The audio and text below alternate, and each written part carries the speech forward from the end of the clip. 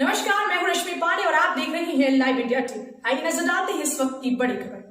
आगामी विधानसभा चुनाव को लेकर समाजवादी पार्टी को मजबूत करने के लिए जनवादी पार्टी सोशलिस्ट के राष्ट्रीय अध्यक्ष संजय चौहान ने बलिया से जनक्रांति यात्रा का शुभारंभ कर मऊ से होकर गाजीपुर समाजवादी पार्टी कार्यालय समता भवन पहुंची, जहां पर उन्होंने भाजपा सरकार को आड़े हाथों लेते हुए कहा, भाजपा केवल दलितों और पिछड़ों का प्रयोग करती है।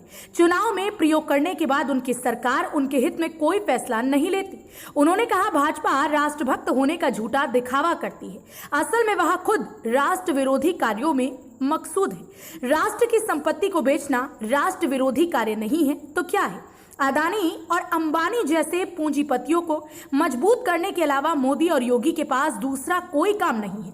उन्होंने कहा कि जनवादी पार्टी सोशलिस्ट का प्रदेश में मजबूत जनाधार है, जो पिछले विधानसभा चुनाव में भाजपा का साथ खड़ी थी, आज मजबूती के साथ समाजवादी पार्टी के साथ खड़ी है। योगी राज में लगातार बढ़ती महंगाई, बेरोजगारी, भ्रष्टाचार, महिला उत्पीड़न से पूरा प्रदेश त्राही त्राही कर रहा है और मोदी योगी चैन की नींद सो रहे हैं।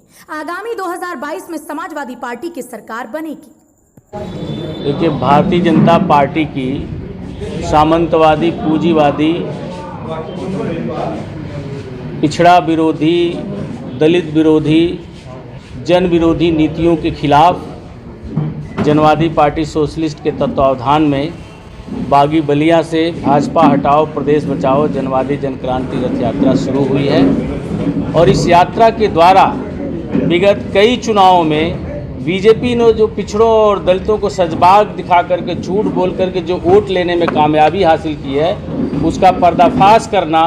और आज जो बीजेपी के सारे बड़े नेता आशीर्वाद यात्रा लेकर के जो निकले हैं, मैं उनसे पूछना चाहता हूँ कि जनता को उससे किस बात का आशीर्वाद मांग रहे हैं? क्या कोरोना काल में ऑक्सीजन के अभाव में तमाम सारे लोगों की जानें ले लिए, इसके लिए जनता से आशीर्वाद मांगेंगे? आज महंगाई उन्होंने बढ़ाया, इसके लिए जनता से आशीर्वाद मांगेंगे?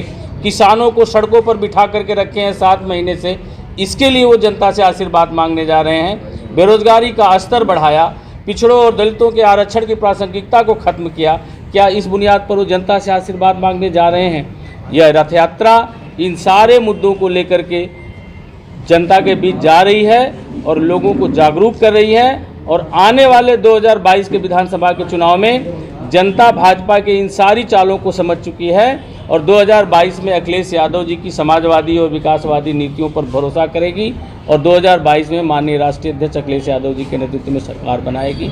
इस अभियान के लिए हम लोगों ने यह रथ यात्रा निकाली। देखिए, कहीं न कहीं जनवादी पार्टी का समाजवादी पार्टी के साथ आने का सबसे बड़ा असर यह गाजीपुर जिला है। आप रिजल्ट उठा करके देख लीजिए, 2012 के विधानसभा का चुनाव में जब हमारी पार्टी ने हमने लड़ाया था तो जखनिया से अकेले हम 29,000 वोट पाए। ऐसे सारी विधानसभा सीटों पर एक जनवादियों का एक मजबूत वोट है और जो वोट टोटल इस समय भाजपा के साथ था वो समाजवादी पार्टी के साथ आज खड़ा हो गया है और हम इस जिले की 7 विधानसभा सीटें जीतेंगे।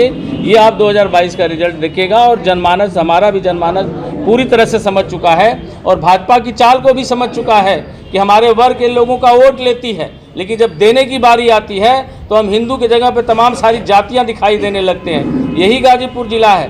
2009 के लोकसभा का चुनाव जब आया तो भाजपा का हारना तय था, तो प्रभुनाथ चौहान को सांसद का टिकट दिया और जब भाजपा की मोदी की लहर आई तो सिन्हा जी को टिकट दिया।